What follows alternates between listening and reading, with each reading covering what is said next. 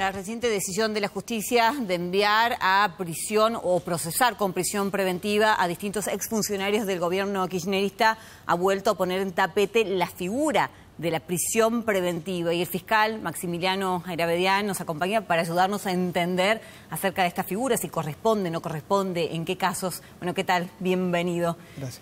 ¿Prisión preventiva es una medida excepcional? En teoría sí, es una medida excepcional porque como se supone que una persona hasta no estar condenada por sentencia goza de la presunción de inocencia, el encarcelamiento antes de una sentencia debería ser excepcional. ¿Y en qué casos corresponde o por qué un magistrado la decide?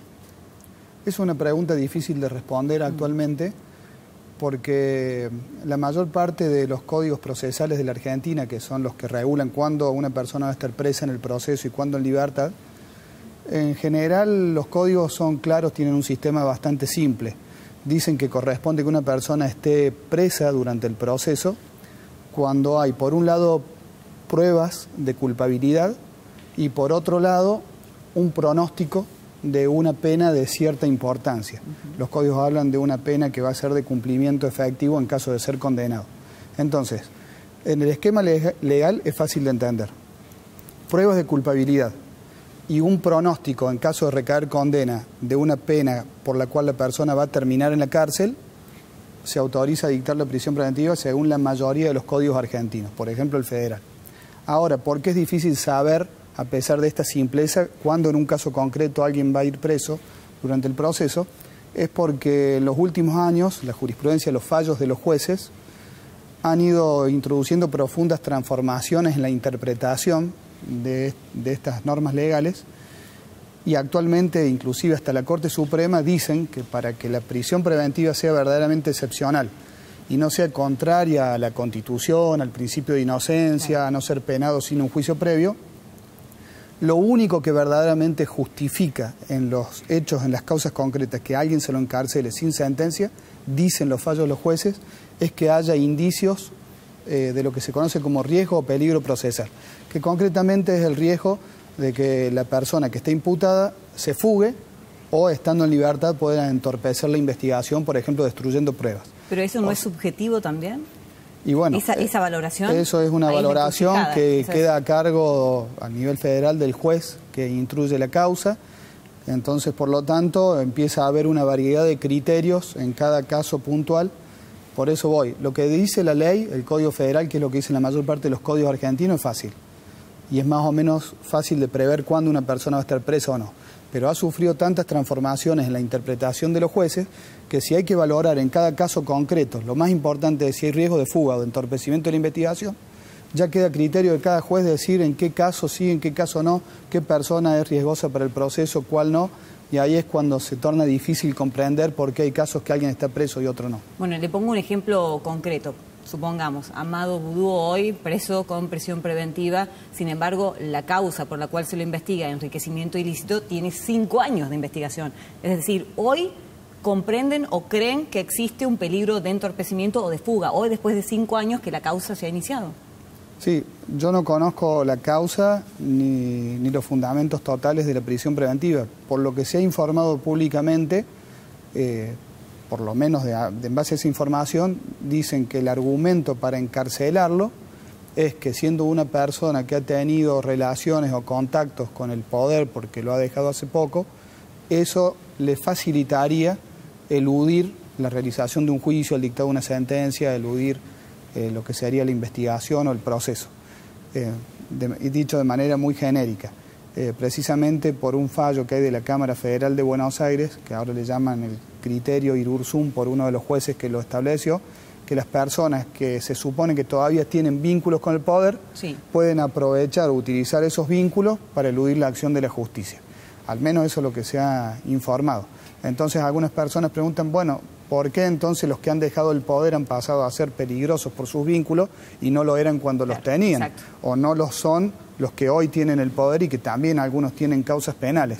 Y volvemos a lo que decía al comienzo, que es muy difícil, con los criterios actuales que dependen de las apreciaciones subjetivas del juez, saber por qué en algunos casos sí prisión preventiva y en otros no. Ahora, le pregunto, fiscal, ¿tiene un plazo la prisión preventiva? Es decir, ¿no puede extenderse a lo mejor más de 9 meses o es in eternum? No sé, el magistrado lo va decidiendo según vaya transcurriendo. Sí, acá de nuevo la diferencia entre la ley, entre los libros y la ley en la práctica. Los códigos establecen, por ejemplo, tanto en el Código Federal como en la provincia de Córdoba, que la prisión preventiva puede durar 2 años, lo que de por sí ya es bastante, porque estamos hablando de un preso que todavía no ha sido declarado culpable, y que esos 2 años pueden ser prorrogados por 1 año más en casos complejos, graves y en los que haya peligros procesales. Es decir, que la ley nacional o el Código Procesal de la provincia establecen un plazo total de 3 años. Aquí hay una diferencia. A nivel provincial, cumplidos los 3 años, esté acusada la persona de lo que esté acusada, si no tiene sentencia, queda en libertad. No puede haber prisión preventiva de 3 años y 1 día a nivel provincial. Por ejemplo, el caso Corradini, que la viuda que estaba imputada, cuando cumplió 3 años en prisión preventiva, no tenía sentencia condenatoria, se fue a su casa. Eso a nivel provincial. Pero ¿qué ocurre? A nivel federal, la Corte Suprema interpreta que si vencidos los 3 años máximos que prevé la ley, hay riesgo de fuga o de entorpecimiento de la investigación y es un delito grave, se puede prorrogar y la Corte no dice hasta cuándo. Por lo tanto, a nivel federal hay presos sin sentencia que pueden tener 4, 5, 6 años de prisión preventiva, lo cual de por sí es complicado de justificar desde el punto de vista constitucional. ¿Y alguna estadística a nivel federal o a nivel provincial, o si las hubiera, quiero decir, en ambos lados, qué cantidad de presos hay hoy con prisión preventiva y no condenados, no con sentencia firme? Sí, no sé si hay estadísticas actuales de ahora, sí, posiblemente las haya y no las conozco, pero las estadísticas que había hasta hace aproximadamente 1 o 2 años atrás, estamos hablando de 2015 aproximadamente, hablan un promedio nacional del 50%. El 50% de los presos de las cárceles argentinas están bajo prisión preventiva, es decir, que no tienen la calidad de condenados, más o menos mitad y mitad. Mitad y mitad. A nivel de las cárceles federales, del Servicio Penitenciario Federal, ese porcentaje se eleva y los presos que no son condenados, los procesados, son aproximadamente o eran el 60% de los presos. Es decir, que en las cárceles federales había más presos sin condena que presos con condena. La última, fiscal, a su criterio, ¿existe en este momento un abuso de la figura de la prisión preventiva? No, creo que hablando en general no existe un abuso de la figura de la prisión preventiva. Es más, el proceso que se ha visto en los últimos años es el de ir reduciéndola, tanto en los fallos de la Corte Suprema y en los criterios que aplican los jueces inferiores a lo largo y ancho de todo el territorio nacional, se ha visto cómo ha ido disminuyendo el uso de la prisión preventiva durante el proceso y esto ha hecho que la proporción de presos en prisión preventiva haya ido bajando en los últimos años en muchos ámbitos o sectores de la Argentina. Muchas gracias, muy amables, muchas gracias. Bueno, voy en busca de Nicolás Bertone, que pertenece a la consultoría de Gustavo Córdoba, consultor también político. Hola, encantada. Y bueno, vamos a hablar un poco de la imagen de Mauricio Macri, del presidente, a 2 años, ¿no?, del inicio de la gestión. Y recién también me preguntaba si el tema de la prisión preventiva de muchos exfuncionarios del kirchnerismo le han ayudado y han colaborado en esta última encuesta que hicieron ustedes. Bueno, a ver, Macri en estos 2 años ha ido mejorando, o sea, ha consolidado su imagen, ha consolidado también su aprobación de gestión. Puede tener que ver el hecho de que realmente esté cumpliendo con su única promesa de campaña, digamos, que era más tácita y que era el voto no contra el kirchnerismo. Ahora, ya queda medio prematuro decir, o ya no obedece únicamente a esto. Que sea únicamente el hecho de la justicia, sí, ¿no? Sí. Porque también, por otro lado, uno va midiendo cuál es el grado de confianza o grado de corrupción de la misma justicia. Y cada vez ascienden más los grados de desconfianza en la justicia en Argentina, a pesar que ahora parece que estuviera actuando. Bueno, según las últimas mediciones que hicieron, ¿qué grado de aceptación positiva, según la consultora, tiene Macri? Macri a nivel nacional tiene un 55% de aprobación de la gestión, lo cual lo pone en uno de sus picos más altos, también de su imagen. Ahora, esto de que tenga alta la imagen, por otro lado, si uno ve las variables que tienen que ver con políticas públicas, con dar respuestas, cada vez se ve más la necesidad de dar respuestas. Está todo bien en nivel de expectativas.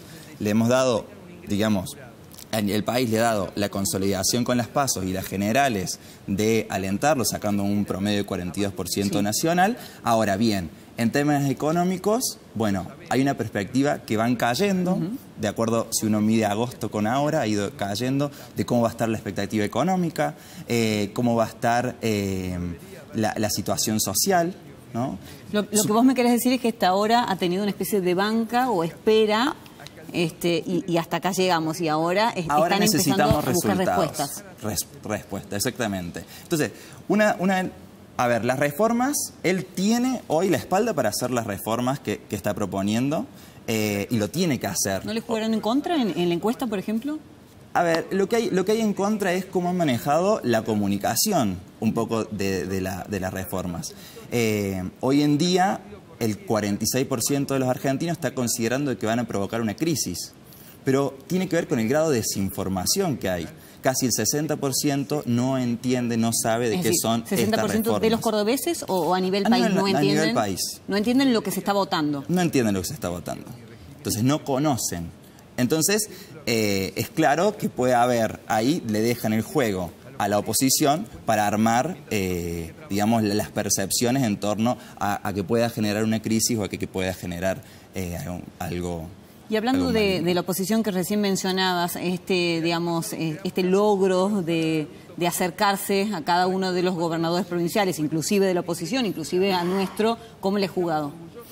No, bueno, muy bien. A ver, Macri necesitaba, si bien tenía el respaldo de la gente, necesita el respaldo de los gobernadores para lograr la gobernabilidad. En Senado sacó directamente con un par de modificaciones, liderada por Pichetto, que es quien está liderando, digamos, la voz de los gobernadores en el Senado, ha logrado las modificaciones necesarias para que pasara a diputados, ¿no? Entonces, y hoy en diputados dieron quórum a algunos de esos diputados provinciales para lograr que al final, bueno, fracasa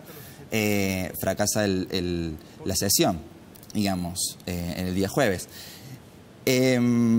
Si hablamos, por ejemplo, de puntos débiles, me mencionabas uno de ellos, la economía, digamos, ¿no? Sí, la economía tiene que empezar. A ver, la inflación había dejado de ser un problema, hoy se instala como problema, y la pobreza vuelve a ser el principal problema de los argentinos. Números que ni siquiera le dan bien. No. Y como puntos fuertes en lo que se apoya a la gente para darle 50 y pico de imagen positiva a Macri.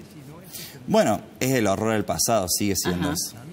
Okay. En ese caso puede estar jugando un poco lo de la justicia que estabas hablando recién. ¿Han podido medir también al gobernador Schiaretti en este primer paso, ¿no? de su gestión? Digamos, no es nueva, pero bueno, ya lleva 2 años también, así que... Exactamente. Bueno, Schiaretti, a pesar de que decían, bueno, ha perdido las elecciones porque se ha jugado en una campaña nacional, digamos, como es la de diputado, hoy tiene un nivel de aprobación altísimo comparado, digamos, en estos 2 años, uno de los picos más altos, que está por encima de los 60 puntos.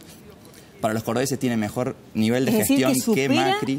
Exacto, eso te voy a decir. ¿Supera el nivel de gestión o la imagen a Macri mismo? Aquí en Córdoba también. Por lo tanto, esto también, de alguna manera, nos hace entender por qué esta alianza... ¿Por qué están los dos aliándose, digamos? ¿Por qué viene también Macri? Digamos, es un socio necesario por el momento, ¿no? Y si te preguntara, por ejemplo, de Schiaretti, ¿cuál es el punto fuerte, ¿no? que está mirando el cordobés para seguir apoyándolo? Obras. Ve obras por todos lados y entiende que el gobierno es obras. Ok. ¿Y si hablamos de algún punto débil de Schiaretti en este momento? Y sin duda habría que desmenuzarlo bien, pero tienen que ver con algunos servicios más de tipo salud, inseguridad, que siempre se está costando dar respuesta, que ahí tienen que articular con Nación, como dar respuesta al narcotráfico, a estas cuestiones de inseguridad, ¿no? Bueno, desde el comienzo, desde el inicio que empezaron a medir, por supuesto, a Mauricio Macri cuando asumía como el presidente de los argentinos, hasta ahora lo que concretamente me decís es que la imagen va subiendo, a pesar de que muy pocos ejes de campaña ha podido cumplir hasta ahora. Sí, sin duda. ¿Esa medición es a nivel nacional o es en Córdoba? Esa que hicieron sobre la imagen de Macri. Eso es nacional. Es nacional. Sí.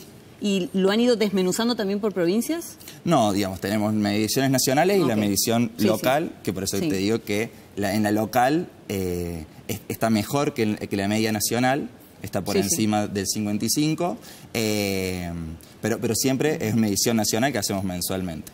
Y la que te decía es que Areti obviamente es también medición local, ¿sí? Que son casos que hacemos acá.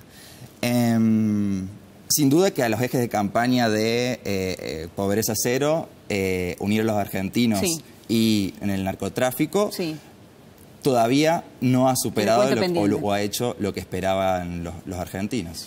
Gracias, Nicolás. Muchas gracias. Nosotros vamos a hacer la primera pausa y ya venimos.